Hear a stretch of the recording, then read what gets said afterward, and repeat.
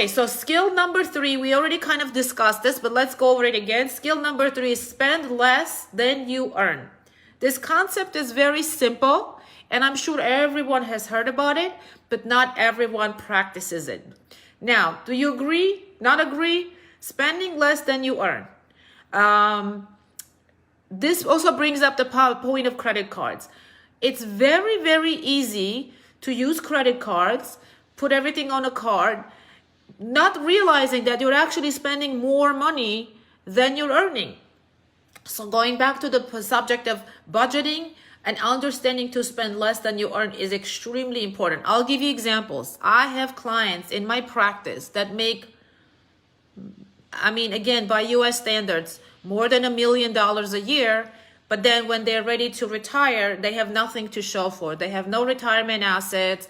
They don't have a lot to show for. I also have clients who only make $100,000 a year, and by the time they're ready to retire, they do have money saved up, they have their houses paid off, and they have the financial freedom that they needed and they wanted. Why is that? The reason is because it doesn't matter how much money you make. Even the person who makes $1 million a year, if you're spending $1,005,000 per year, then you're gonna be in the red, right? You're not gonna be saving any money. The person who's making 100,000 or even 50,000, but if you're in a habit of saving some money every single month, that person is going to be able to save money. So you're in the green. So again, start thinking about gross and net, and start thinking about whatever you earn from the very, very young age. Start getting in the habit of paying yourself first. That's a very important concept. Pay yourself first. You know, you have to pay taxes. You have a lot of other expenses. If you own a home, if you have an apartment, you know, you have to pay utilities, you have to pay taxes, you have to all kinds of repairs and so on.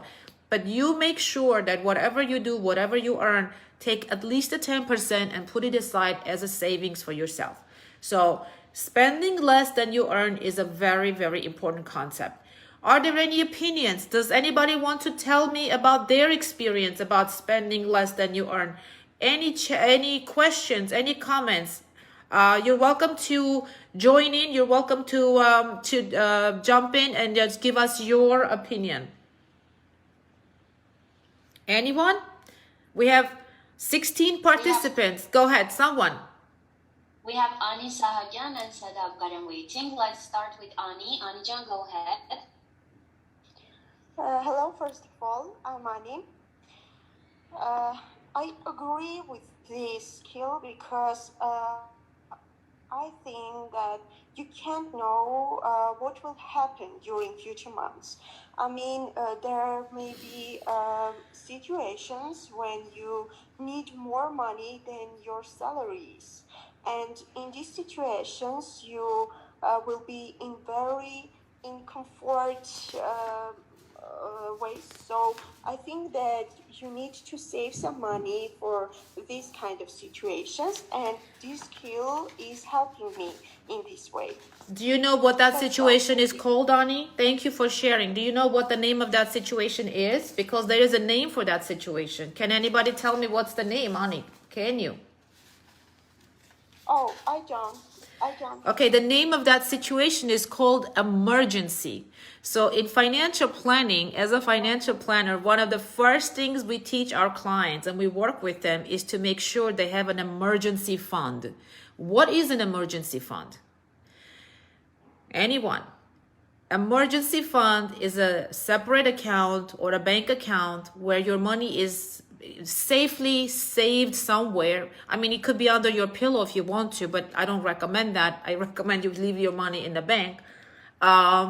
But the idea of the emergency fund is that the money has to be liquid, meaning it's not invested, because if you have your money invested, it actually can, you know, it can could be up or down. It depends on what's happening with the stock market. So it will not be as safe and it will oscillate. So you want your emergency fund to be in a bank account or some type of a account where it's safe and liquid, 100% liquid, meaning when you need to take money out, you don't have to pay any fees, you don't have to pay any penalties and so on.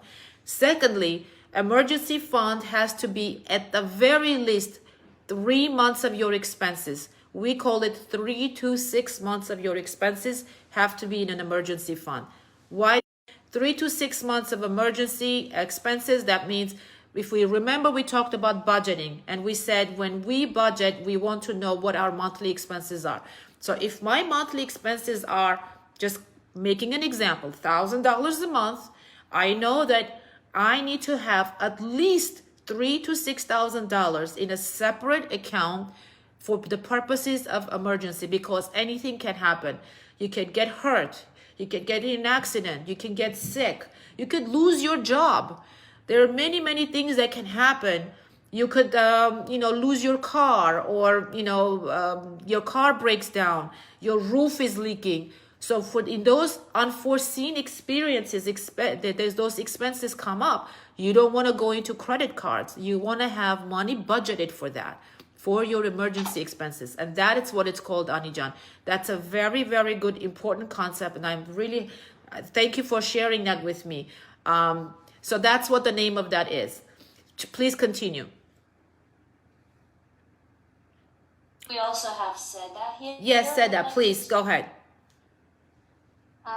Yeah, I'm familiar with the concept of emergency fund, and all my parents and grandparents had this, but I have still yet to learn about this concept and to apply it for myself, because right now I'm not following my expenses at all, and but I was thinking that really I need some kind of strong financial planning to know my expenses and to leave at least some part of my money somewhere, so that in such emergency occasions I will be able to use them. My question is, you brought an example of 10% of your salary putting aside.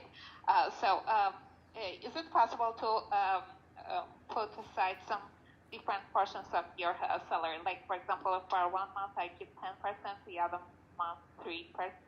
You can do anything you want. Honestly, as long as you save something, the idea is to just get us started. So usually we say, it's 5% is better than 0%, right? 10% is better than 0. So anything you do more than 0% is good. It's just usually it's easier to stick to your plan if you have consistency. So what I recommend to my clients is start with a 10%. If it's too much, reduce it to 5%. Typically what I do is when the stock market goes down, like in United States a few days ago, Facebook had gone down, right? I don't know if people are following. Facebook was down, WhatsApp was down, and the market tanked, and Facebook stock, the price of Facebook stock went down. So that's when I actually put more money into investments, when there is an opportunity, because the concept is to buy low and sell high. So my point is, if you can have a consistency of saving, even if it's 3% per month, if that's what's the easiest thing for you to do, and those months when you have more money, more income, then you can obviously put in more manually. But at least you want to have something that happens automatically every month without you doing any effort, without you putting any effort into it. Does that make sense? Yes, I totally understand it, and I will try to apply it from. Yeah, so one of the things that's really important, even when you're paying bills, I love putting everything on automatic payments. All my credit card payments go automatically. All my bill payments, utility payments are all set up automatically. We have insurance payments, all go automatically. I get the bank statement, I look at it, yes, everything is okay, everything sounds right, but it's one less thing for me to do every day manually. So try to put consistency is extremely important. If you have extra income or extra money you want to save, that's fine, but at least you're doing your very minimum, whether it's 3%, 5%, 10%, it's based on each person's situation, of course.